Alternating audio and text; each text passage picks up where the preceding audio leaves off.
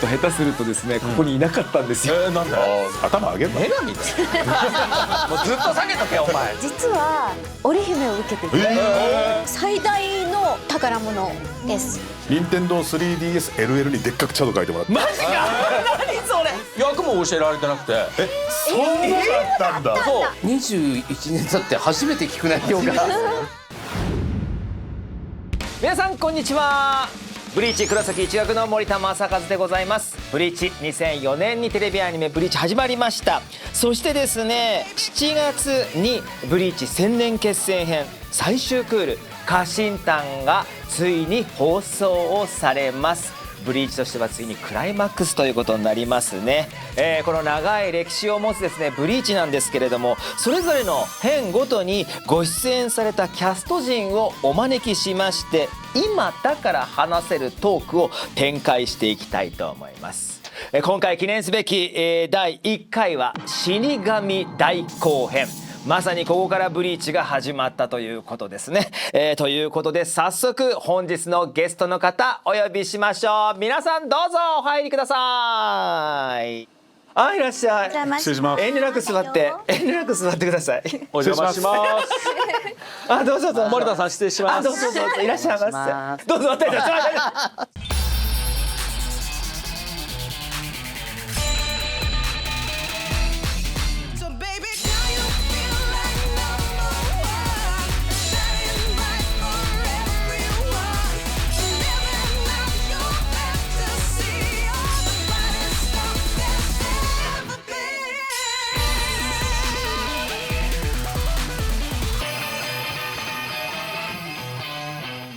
ではここからですね、この6人で、ブリーチという作品の始まり、死神大後編。いちごが、じゃないよ。やりにくい。いちごがルキアと出会いまして、死神大根になって、ホローにまつわる事件をこう解決していく。ありましたね。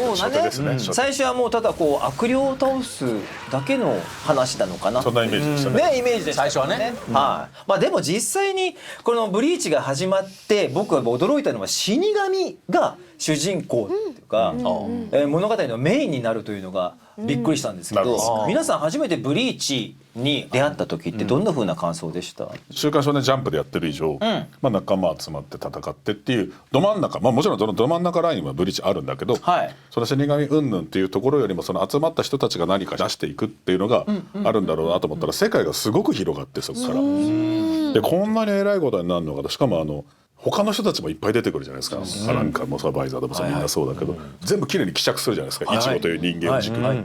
すげえと思いました。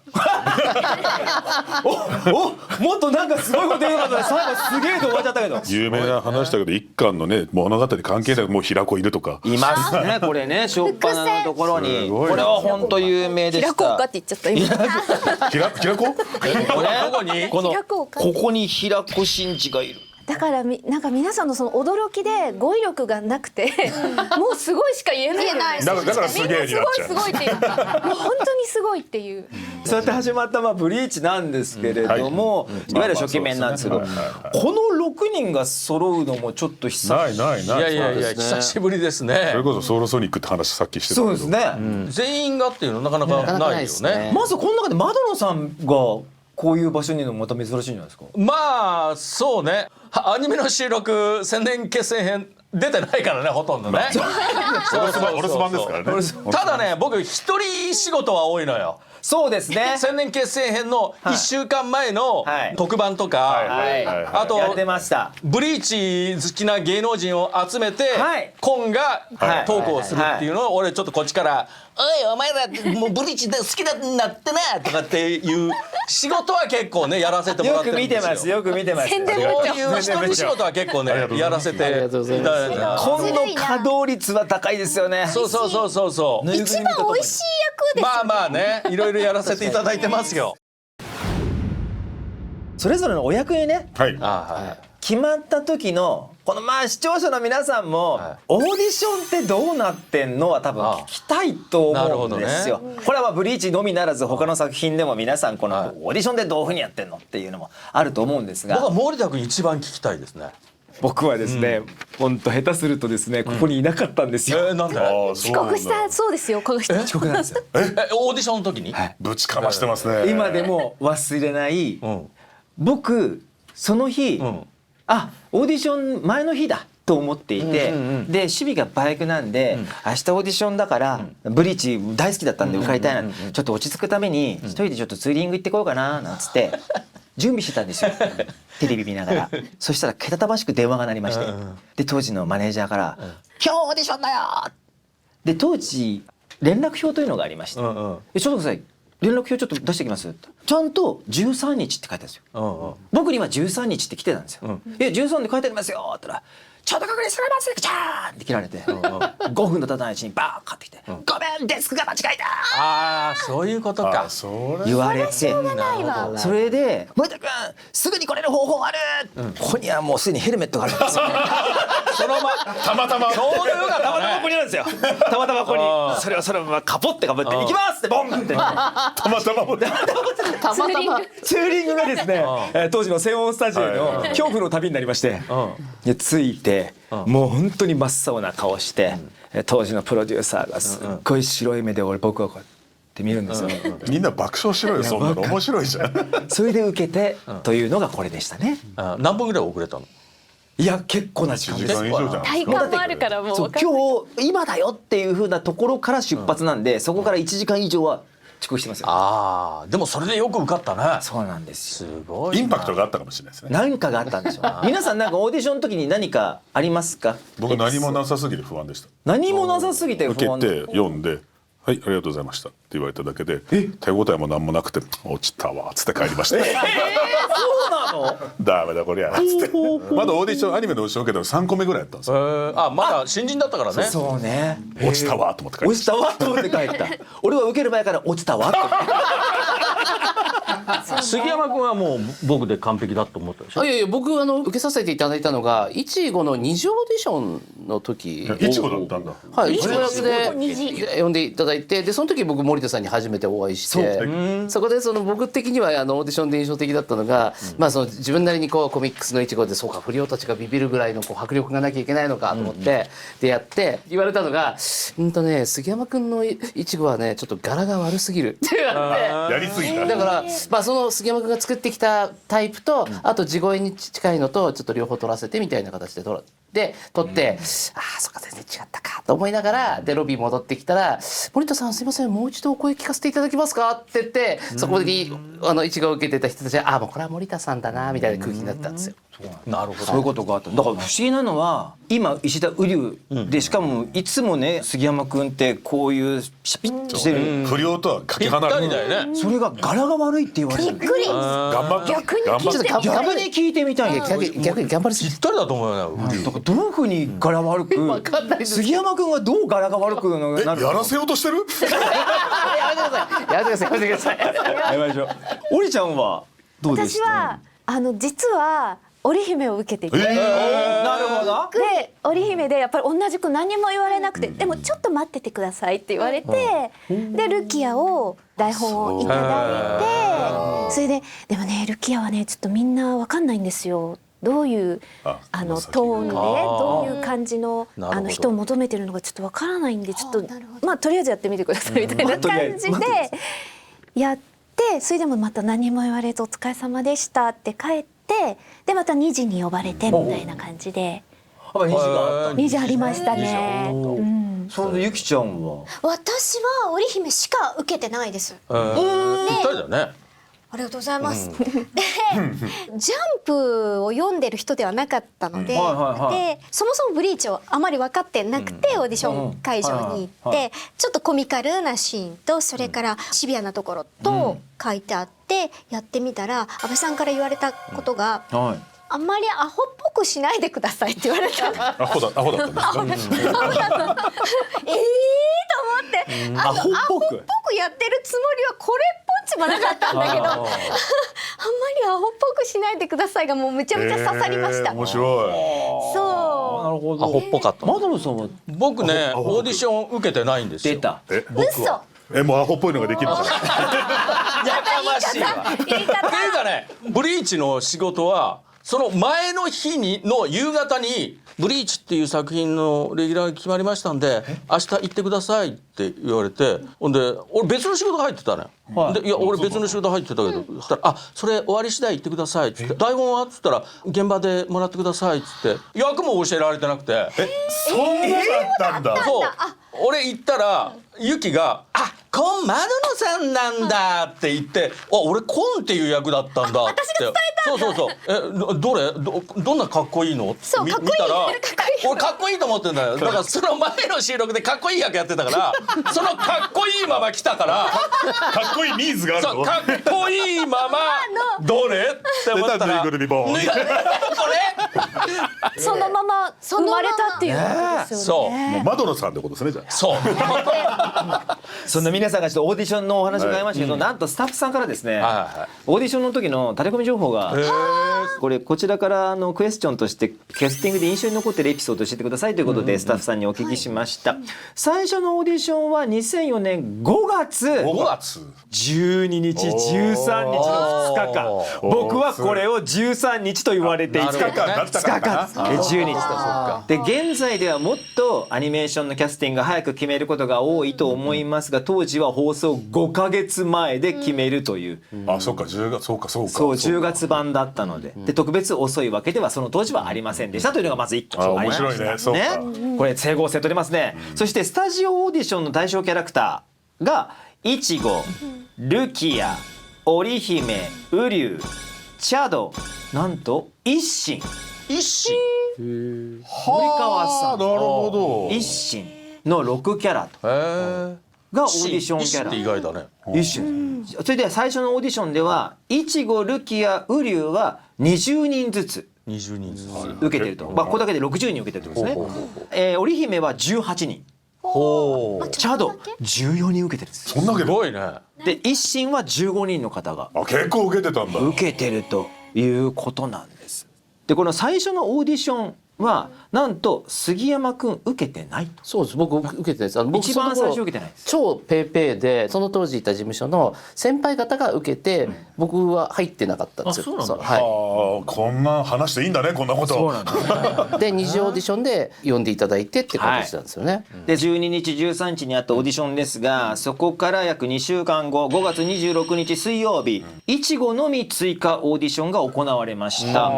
10人の方でオーディションが行われ、そのうち9人の方が追加で、僕だけ、再オーディションということだったそうです。でこの追加の中に9人の中に杉山くんが。なるほど。すげえ全部教えてくれんだ。21年経って初めて聞く内容。初めて聞きました。俺も今初めて聞いた。そういう情報が面白い。20年経つとスタッフから教えてもらえる。この YouTube 見た人すごいよ。すごいですよ。こんなんマジで知らない。まだオープニングからちょっとしか経ってないで今2問目なんですよ。それでこれだけのボリューム濃いね。ということでございます。さあそんな感じで皆さん受かりましてオーディション通りまして、初回アフレコに臨むわけですけれども、一番最初皆さんどうでしたか？くっそ緊張しました俺は。あと忘れもしない小西さんと福山さんに騙されました。なんで？何騙された？彼らが水色とかやってて、おちゃらだけはキャラでアドリブ入れるからここ全部アドリブ入れなきゃダメだよって言われて、やったこともないのに俺ムーみたいなこと急に言わされて、まあみんなやるからちょっとそうなんだと思ってそうだよな。よく分かってないから。ヤスだって新人だったもんな当時な。騙されたんだ。でもその音すごい半端な声出て今もっと恥ずかしいんだけど使われてるんですよ。使ってる使ってる。安倍さん使ったんだと思って。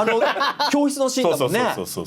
でも多分俺の緊張をほぐすためもあって絡んでくれてたんですよね。あの時本当にガッチガチだったから忘れもしねえのが釘宮さんがXワードっていう電子手帳をみんな持ってて、シグマの人が使ってる電子手帳ってなんてやつだっけって話しかけてくれて、こうですよってもう今は絶対知ってるはずなんですよ。でわざと話しかけてくれたんだなと思うから釘宮さんにはもう頭を上げないと決めました。もうずっとこう優しいよねみんなね。本当みんな優しかったけど、福山さんと小西さん入れなきゃっていうのは今思うとやられたと。完全に小西主導でやったなっていう感じはね。まあでもブリーチの面々ってみんな優しいよね。本当に思いやりあるし、本当に俺大好きだよもう。他には皆さんアフレコの時あったこと、例えばディレクションこういうディレクションを受けたよとか。森田さんはない？僕はあります。声優業界の方に来てまだ日が浅かったので、アニメーションもほぼあんまやったことなかったんですよ。それでブリーチの現場に来たもんですから、アニメのルールが全然わからないという感じでやって1回目の収録終わったんです。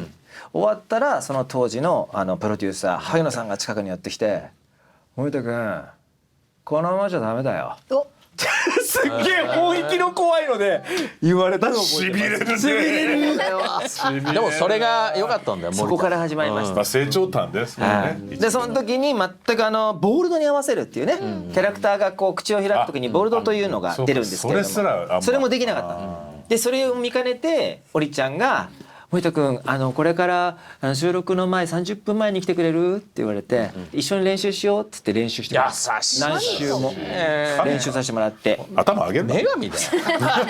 もうずっと下げとけお前。貸し付けずっと下げとけ。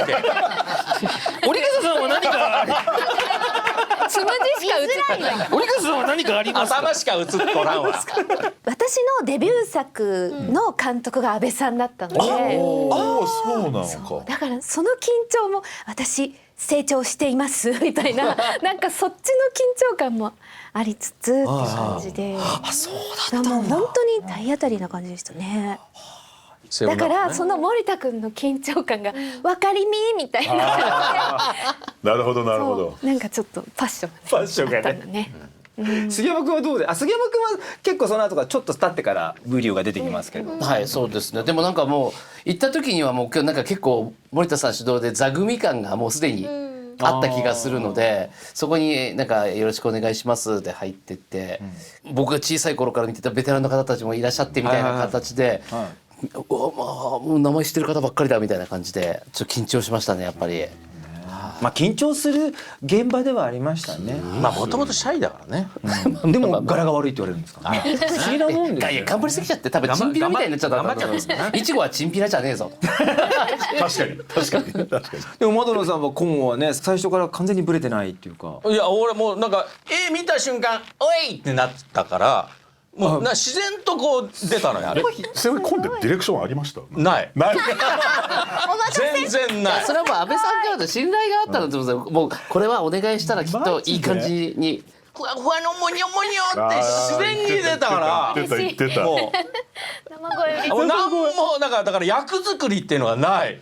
でもコンというキャラクターにあって5分後にもう出来上がったって。出来上がっすげえな。さっき見たから出来上がってたもんね。いくらでも話出るから進めねえと進まねえわ。さあそんな中で今回はですね、何名かの方にですね当時のね思い出のお品をご用意していただいているということで、まずはゆきちゃんからいきましょうか。何をお持ちになりました？こちらはあらま。じゃん。コウタイト先生に書いていただいた私のお誕生日、9月13日ということで「ハッピーバースデー松岡由紀」って書いていただいて織姫書いていただいて「いい表情してるでしょ」って言っていただいたのがもうすごい本当はいもうこれが本当に私の最大の宝物です。だって世界で1枚だもん。そうですそうです。このロゴ何これ？なんでこんなおしゃれロゴ考えつくの？とっておきの1枚をお誕生日綺麗だね。すごいですね。何問目でシャーって書く。もう線に迷いがない。すごいよね。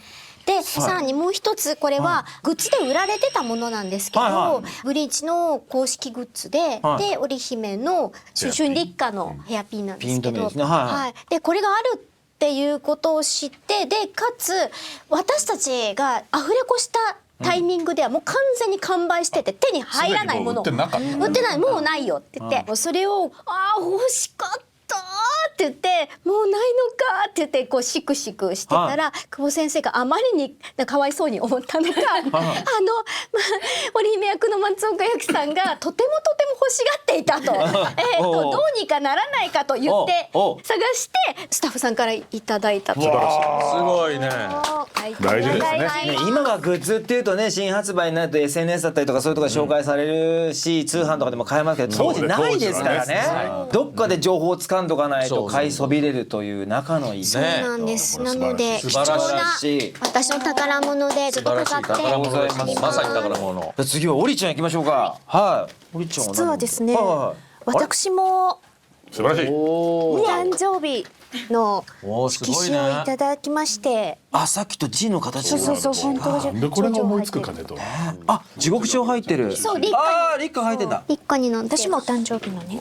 これささっとかけるってのがすごいよ。かっけいやー宝物です。これは本当に。他にもなんか持って。そう。で、あとは一話の台本。一話の1話。私も実家に置いてあります。これ。紙がね、若干黄ばみ始めてる。しょうがない。今と材質がちょっと違うんですけどね。他には。まだあるよ。単行本の19巻が出た時に、はい先生がスタジオに遊びにいらっしゃって、はいはいはいで先生から直に受け取ったんです19巻を。お、そうでせっかくなのでって言って、はいサインをいただいて、はい。ここにあ、コンも。可愛いんですよ。ちょっとマゾンさんに見せたくてちょっちょっと持ってきました。とカメラさん追えますか。女の子へのサイン、先生いろんなこと書いてくれますね。ちょっとどういうことですか。これも先生からのサインありますけど、任天堂 3DS LL にでっかくチャド書いてもらって、マジか。何それ。一緒に俺先生とモンハンとか一緒にやってたんですよ。そうそれでなんだ。書いてもらったら、やべえもう使えねえじゃんっつって上からカバー貸してもう一台買いました。消えちゃうからね、触ってるとね。もらった方がいいが使えねえなと思って。さあ、そういう中で窓野さんにも持ってきていただいて。いや僕はですね、まあそんないいもんじゃなくて、前の日の夕方に聞きました。はいで次の日仕事あります。はい結局買う時間ないじゃないですか。はいはいだから収録終わって、はいその足でもうコミックを買いに行って、はい。だからもう20何年前に買ったこの色あせたうわ、使い込んでるわ。これもうアップで撮ってくださいね。だから茶色くもう20何年前の。その時はまだタブレットとかそういう携帯とかで見れない状態で電子書籍とかがない時代だからね。ね、でそれなんですよ。でこれブリーチでもいろんなグッズがね、先ほどのピンもそうですけどいろんなのもありましたけど、つい最近パプリカっていうところでいちごの残白糖が出てるんですよ。で声が出てきたりする。今はすごいんですよ。でその残月を先導して作ったスタッフさん、当時まだ高校生で、その残白糖を作りたくてバンダイさんに会えるっていう。すごいね。なるほど。でそのドラマを感じるね。でその時に声の収録をしなきゃいけなかったんですね。そしたら付箋を貼ったコミックスを持ってきて、これ付箋貼ってありますね、今日いうところもし確かめるんだったらどうぞって言ってドンってこう置いてくれたんですよ。それがちょうどその色なんですよ。で、だこれってもしかしてあなたのですかって言ったら、僕のですって言って見たら初版なんですよ。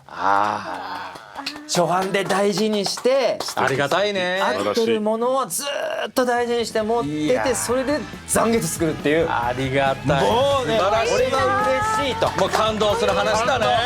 ありがとうございます。ということで、ここで、まず初っ端のオープニングトーク終了したんで、このオープニングトークオープニングトークです。今もうエンディング行くんだと思ったよ。あの日の顔が忘れられない。泣いちゃった。泣いちゃった。すごい。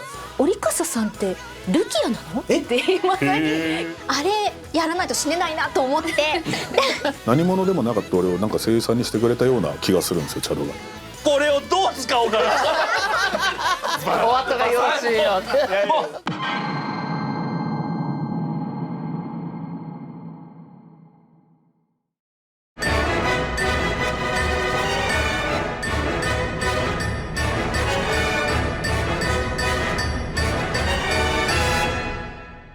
さあ、戦おうか、イチゴ。